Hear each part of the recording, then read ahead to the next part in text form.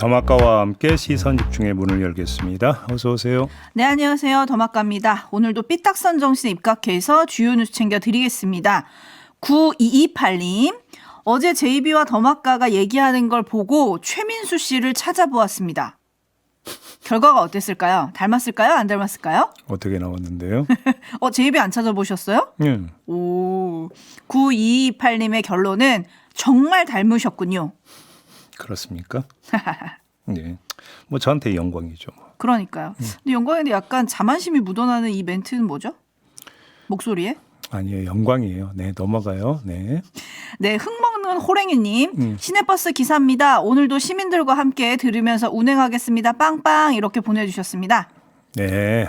감사드리고 안전운전하세요. 네. 덕분에 많은 분들이 함께 들으시겠네요. 버스 안에서. 그러니까요. 예. 감사합니다. 그리고 태리님, 늘 운전하면서 듣다가 채팅을 참여 못했는데 오늘은 지하철 타고 가면서 이렇게 메시지 남겨봅니다. 라고 하셨는데 지하철 안에서 크게 틀면 안 되겠죠? 이어폰 끼고 들으시는 거 아니에요? 네, 그러게요. 살짝 노출시켜 주시면 안 되나?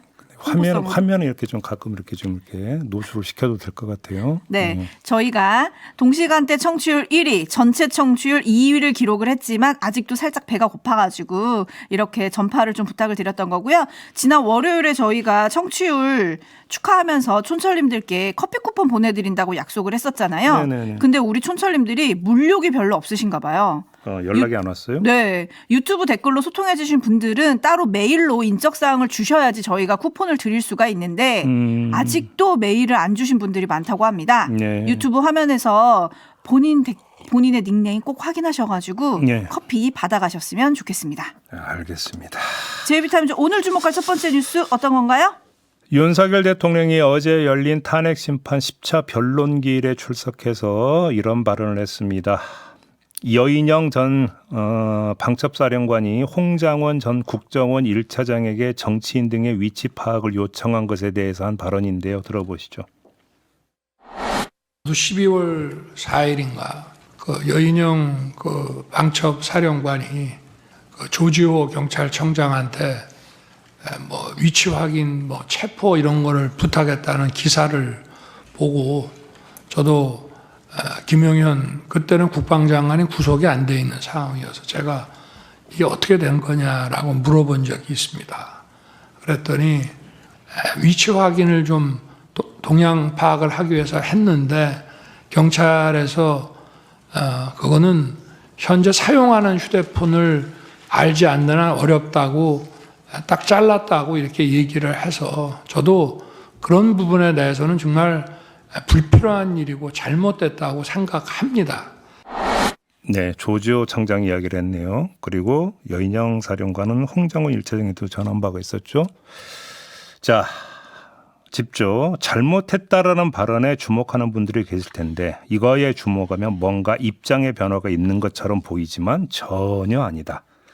오히려 더 문제가 심각해지고 있다. 이런 말씀을 드리겠는데 첫째, 체포를 동향 파악 차원으로 돌리려고 시도한 발언이라는 점에서 그렇고요. 둘째, 그 책임을 부하 여인영 사령관에게 돌렸다라는 점에서 그렇습니다. 더 악성이다. 이렇게 봐야 될 것 같습니다. 방첩사령관이 수사 이런 거를 모를 수가 있습니까? 그러니까요. 네, 그리고 또 어제 홍장원 국정원 제1차장 메모와 관련해서는 또 공장 얘기를 했어요. 그렇습니다. 그리고 어제 한때 퇴장을 하는 일도 있었었는데요. 윤석열 대통령이 변론에 출석했다고 5분 만에 재판부의 양해도 구하지 않고 심판정을 떠났습니다. 그래서 한덕수 총리 증인신문이 끝나고 홍장원 전 국정원 1차장에 대한 증인신문이 시작된 오후 5시 10분쯤에 다시 들어왔는데 퇴장한 이유가 이제 궁금하지 않겠습니까? 아주 궁금했죠. 윤갑근 변호사가 이렇게 말했습니다. 들어보시죠. 총리께서 증언하시는 것을 대통령이 지켜보시는 모습이 좋지 않고 국가 위상에도 좋지 않다고 해서 양해를 구하지 않으시고 퇴청을 하셨습니다. 네, 이렇게 말을 했는데 어떻게 평가해야 합니까? 몇 가지로 나눠서 말씀을 드리겠습니다. 첫째, 한덕수 총리를 증인으로 신청한 쪽은 윤석열 대통령 쪽입니다. 그럼 증인 신청할 때는 국가 위상에 대한 고려를 하지를 못했습니까? 두 번째, 100번 양보해서 대면을 안 해도 증인 신문은 할 수 있는 거라 뭐 그렇게 생각해서 증인 신청을 했다고 칩시다.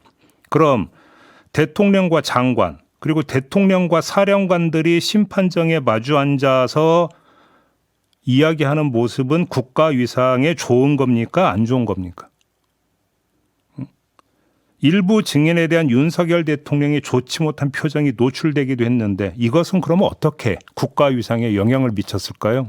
이거는 생각 안 하십니까? 세 번째, 국가 위상을 따지면 대통령이 위헌 위법적 계엄을 선포해서 법의 심판대에 선 것 자체가 가장 큰 리스크다. 이 말씀 드리겠습니다. 네, 토토로님도 비슷한 의견 주셨는데요. 국가 위상 생각하는 분이 계엄은 왜 했을까요? 라고 좀 물어주셨고 네. 학회님은 자기 지시 없이 군경이 국회에서 불필요한 일을 했다며 그 자체가 쿠데타인데 도대체 뭐라고 하는지 잘 모르겠습니다. 이런 의견도 보내주셨고요. 네. 네, 근데 어제 대통령이 지지자들한테는 빨리 직무에 복귀해서 세대 통합의 힘으로 한국을 이끌겠다 이렇게 얘기를 했어요? 그건 희망사항으로 그냥 간주를 하고 그냥 넘어가도록 하겠습니다. 네, JB타임즈 다음 주목할 뉴스는요? 명태균 씨의 법률 대리인인 남상권 변호사가 어제 저희 시선집중과 인터뷰에서 김건희 여사와 김영선 전 의원 대화 내용을 공개를 했습니다. 그리고 그 내용을 칠불사 회동 때 참석자들한테 들려줬다고 밝혔습니다. 그러면 이걸 들은 사람이 누가 있겠습니까? 이준석 의원과 천하람 의원이 되는 겁니다.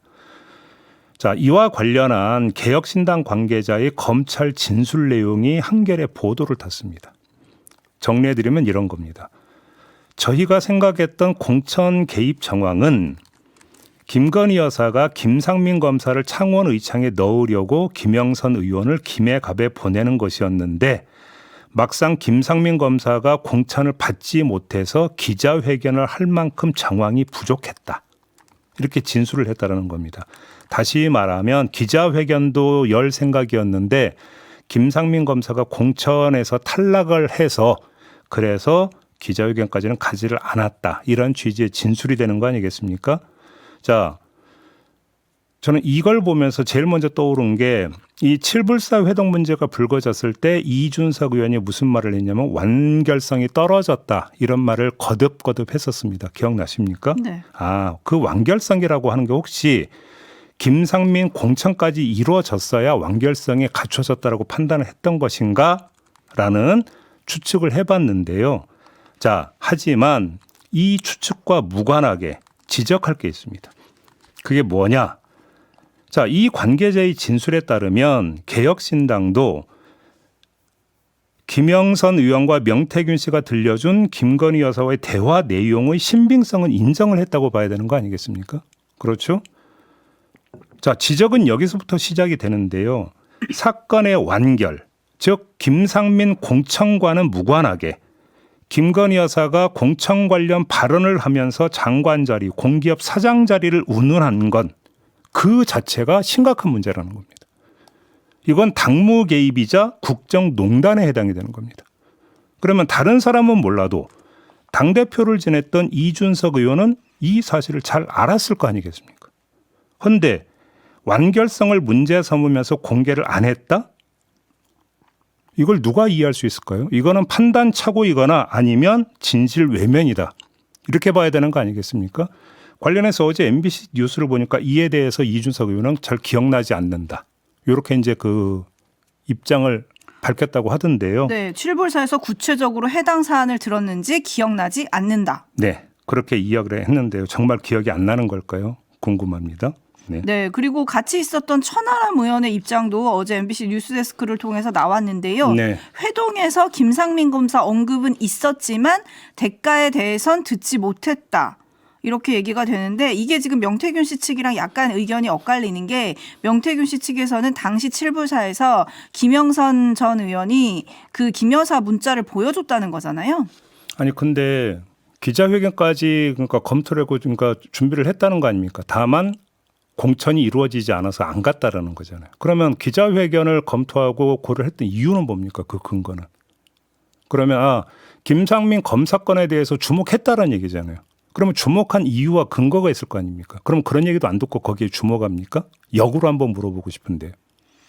네, 알권리님이 기억나지 않는다는 맞는 키네요 라고 촌철 보내주셨고, 코모님은 근데 검사들은 이 정도면 좀 움직여야 하는데 전혀 움직일 생각이 없나 봅니다 라고 전체적인 그 명태균 게이트 수사에 대해서 또 한마디 해주셨고, 물프레님은 하바드 기억력도 별로네요 네. 라고 올려주셨습니다. 추가 입장 표명이 나올지 좀 더 시선 집중해 보겠습니다. JB타임즈 다음 주목할 뉴스는요. 윤석열 대통령 체포 전후 과정에서 있었던 일을 전해드리겠습니다. 1차 체포영장 집행이 1월 3일에 있었거든요. 그랬죠. 그로부터 나흘 뒤인 1월 7일이었습니다. 윤석열 대통령이 김성훈 경호차장이 윤석열 대통령에게 철통같이 막아내겠다는 문자를 보내고 이에 윤 대통령이 단문을 보냈는데요. 국군 통수권자의 안전만 생각해라. 아, 내 안전만 생각해라. 경호구역을 완벽하게 통제하라. 이런 내용의 문자였다고 합니다. 이에 김성훈 차장은 숭고한 임무를 위해 충성을 다하겠다라고 다시 단문을 보냈다고 합니다. 메신저를 썼는데 어떤 메신저를 썼냐? 미국 메신저인 시그널을 이용을 했다고 합니다. 네, 보안성이 높은 걸로 알려져 있죠. 그렇습니다. 그다음에 이런 내용도 있는데요.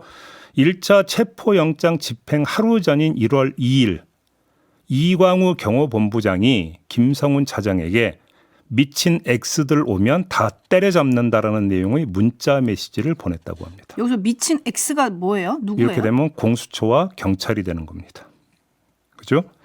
그리고 윤석열 대통령은 바로 체포영장 집행일인 1월 3일 점심경에 박종준 당시 경호처장과 김성훈 차장 등을 불러서 관저 2 정문 안으로는 절대 못 들어오게 하라라고 지시를 했다고 하는데요.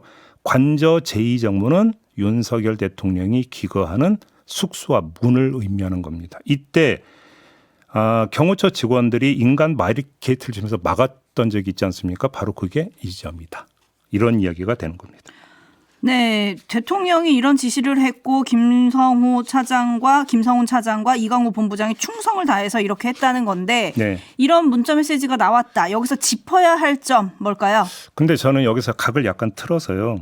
저번에 한번 전해드리려다가 시간 때문에 못 전해드리고 그냥 넘어간 게 있었는데 김성훈 경호처 차장에 대한 3차 구속영장 신청도 검찰이 기각을 하지 않았습니까? 그렇습니다. 반려를 하지 않았습니까?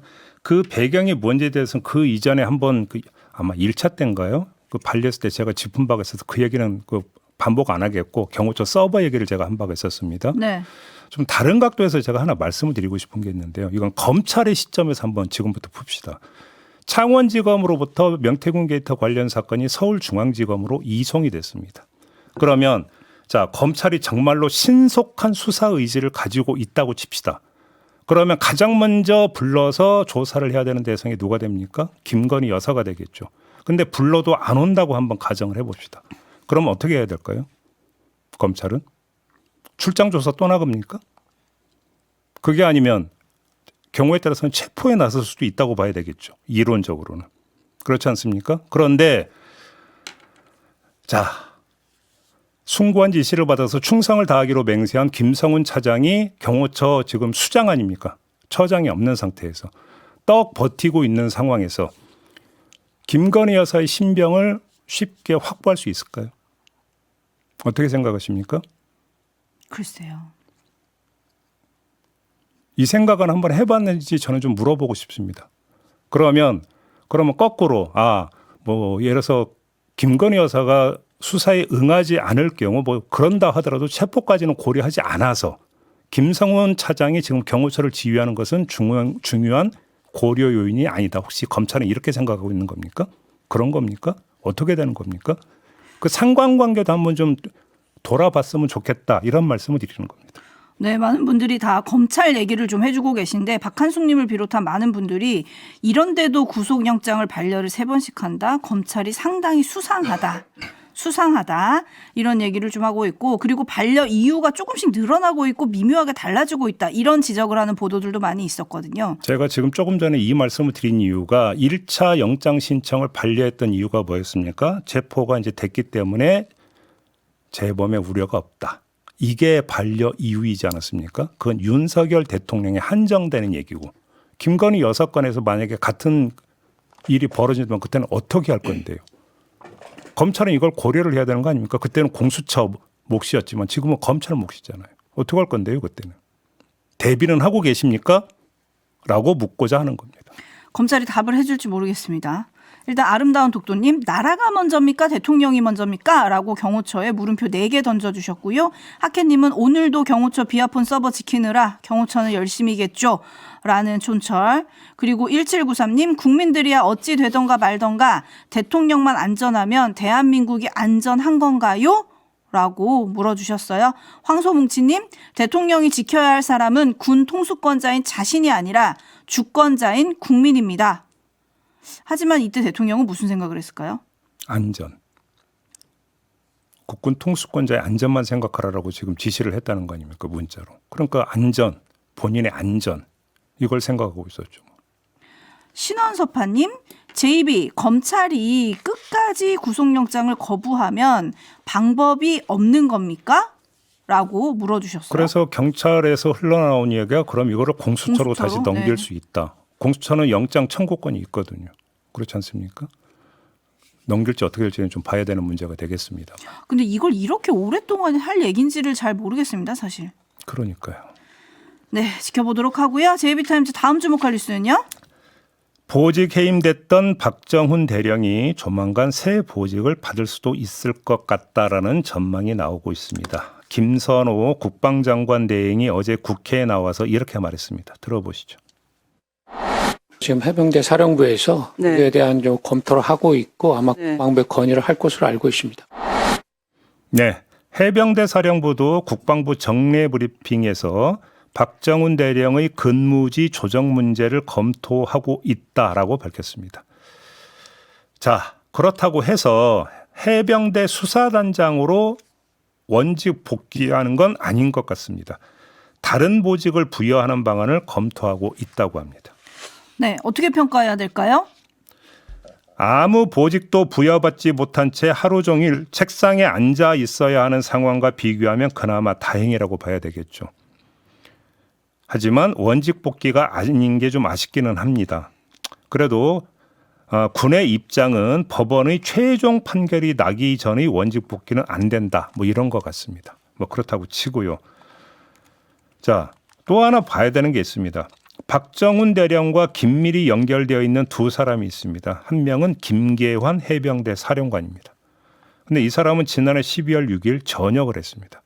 그다음에 또 한 명 임성근 해병대 제1사단장이었던 분. 오는 25일 전역을 한다고 합니다. 자, 그런 점에서 박정훈 대령의 보직 부여가 결자 해지가 아니라 뭐가 되는 겁니까? 타자 해지가 된다. 라는 점에서도 조금은 아쉽다라는 말씀도 함께 드리겠습니다. 네, 어찌합니까님 당연한 거 아닌가요? 라고 보내주셨고 레드헤어님은 무죄면 원직 복귀를 해야 할 거 아닌가요?